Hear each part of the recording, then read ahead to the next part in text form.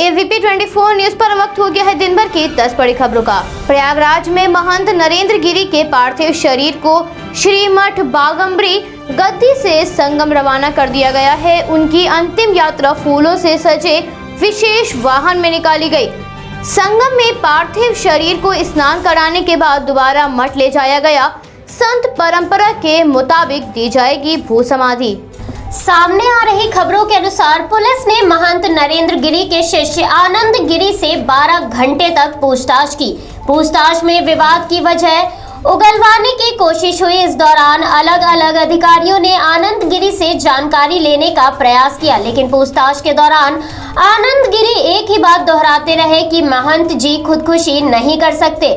मठ के उत्तराधिकारी के विवाद पर भी सवाल जवाब हुए, जिस पर उन्होंने कहा, मुझे फंसाने की साजिश रची जा रही है। वहीं पोस्टमार्टम रिपोर्ट में बड़ा खुलासा हुआ। रिपोर्ट में ये बात सामने आई है कि महंत नरेंद्र गिरी के गले में वी शेप का निशान पाया गया है।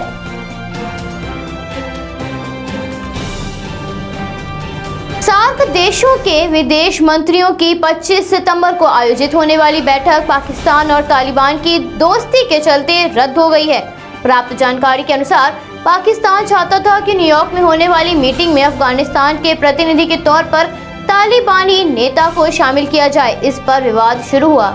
विवाद इसलिए हुआ क्योंकि भारत समेत दूसरे सदस्य देशों ने इसका विरोध कर दिया। ऐसे में आम सहमति नहीं बन पाने की वजह से मीटिंग कैंसिल कर दी गई। 60 से ज्यादा सदस्य चाहते थे कि मीटिंग के दौरान अफगानिस्तान के प्रतिनिधि की कुर्सी खाली रखी जाए, लेकिन पाकिस्तान अड़ गया कि तालिबानी सरकार के प्रतिनिधि को मीटिंग में शामिल किया जाए।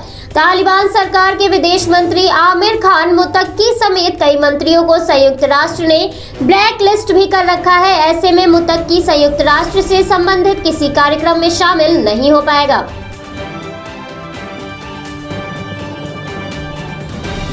संयुक्त किसान मोर्चा के आह्वान पर रुड़की के लक्सर में किसान महापंचायत आयोजित की गई है, जिसमें भारी संख्या में किसानों के आने की संभावना नजर आ रही है। इस महापंचायत में किसान नेता राकेश टिकैत लक्सर से किसान कानूनों के खिलाफ हुंकार भरने वाले हैं। महापंचायत को सफल बनाने के लिए किसानों ने जगह जगह बैठक कर रणनीति तैयार की है। इस दौरान पदाधिकारियों को जिम्मेदारी सौंपी गई है। किसान नगला इमरती में फ्लाईओवर के नीचे एकत्र होंगे और यहां से लक्सर के लिए कूच करेंगे।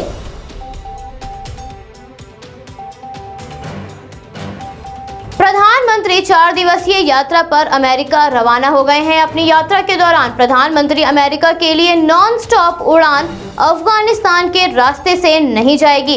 पीएम का विमान अफगानिस्तान के रास्ते से बचने के लिए पाकिस्तान के हवाई क्षेत्र के ऊपर से उड़ान भरेगा।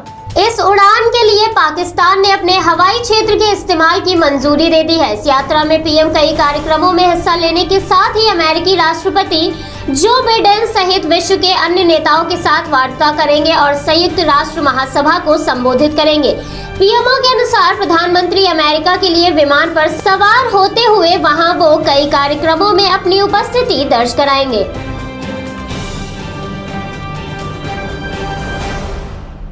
सम्राट मिहिर भोज के वंशज होने का राजपूत और गुर्जरों के बीच बना गतिरोध अभी भी जारी है। वहीं ऐसे में उत्तर प्रदेश के मुख्यमंत्री ने आज प्रतिमा का अनावरण किया, जिसको देखते हुए कल अखिल भारतीय गुर्जर महासभा ने प्रेस वार्ता की तो करनी सेना के कार्यकर्ता घोड़ी गांव में पंचायत करने पहुंच गए।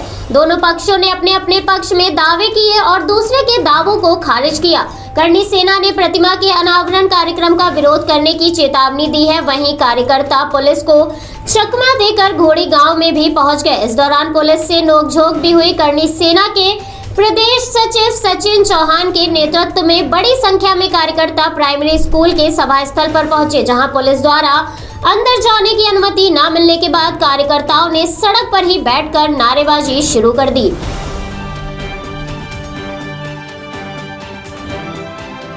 कोरोना महामारी का असर अभी भी खत्म नहीं हो पाया है। वहीं अब कई राज्यों में डेंगू व अन्य घातक वायरल बुखारों का खतरा मंडरा रहा है। उत्तर प्रदेश, बिहार, मध्य प्रदेश समेत कई राज्यों में हालात गंभीर होते जा रहे हैं। उत्तर प्रदेश के मेरठ में 200 से अधिक डेंगू के मामले सामने आए हैं। इसमें से 18 नए मामले सोमवार को दर्ज किए गए हैं। Chief medical officer Akhilesh Mohan ने बताया, जिले में अभी 103 सक्रिय मामले हैं। 205 डेंगू के मामलों पर चिंता जताते हुए कहा, हमारी टीम नियमित तौर पर हालात की निगरानी कर रही है। सीएमओ ने बताया, कुछ लोगों को सामान्य बुखार है, वहीं कुछ बगैर लक्षण ही बुखार झेल रहे हैं। मंगलवार को बुखार और डेंगू से 14 लोगों की मौत हो गई। फिरोजाबाद में 7, मैनपुरी में 3, अलीगढ़ में 2, कासगंज, एटा में एक रोगी ने दम तोड़ दिया।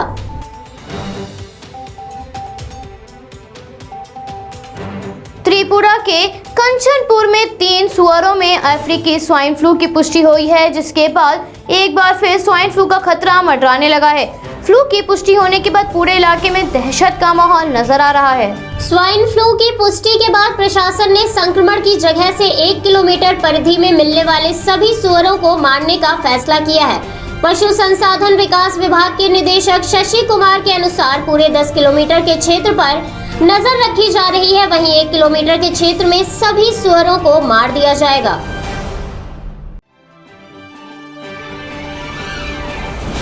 भारत में इन दिनों मौसम में भारी बदलाव देखा जा रहा है। वहीं भारतीय मौसम विज्ञान विभाग के अनुसार दिल्ली, यूपी, हरियाणा व राजस्थान में बारिश के आसार हैं, जिसके चलते राष्ट्रीय राजधानी व आसपास के क्षेत्रों में ऑरेंज अलर्ट जारी किया गया है। ताजा जानकारी के अनुसार दिल्ली के अलावा हरियाणा व यूपी के कुछ इलाकों समेत राजस्थान के डीग में बारिश के आसार बन रहे हैं। विभाग ने हिमाचल प्रदेश में भी अगले 2 दिनों तक बारिश की संभावना जताई है। यहाँ येलो अलर्ट जारी किया गया है।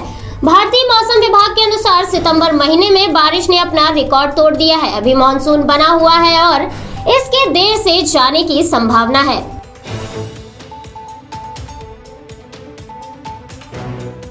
कोरोना की तीसरी लहर की आशंका के मध्य भारत में 12 से 18 साल के बच्चों का वैक्सीनेशन अगले महीने से शुरू हो जाएगा।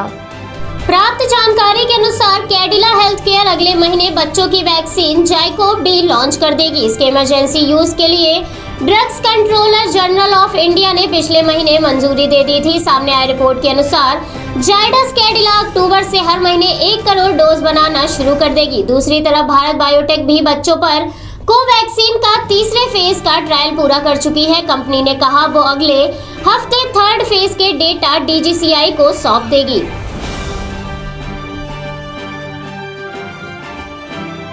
कश्मीर पर तुर्की के राष्ट्रपति का रुख नर्म पड़ने से पाकिस्तान को झटका लगा है।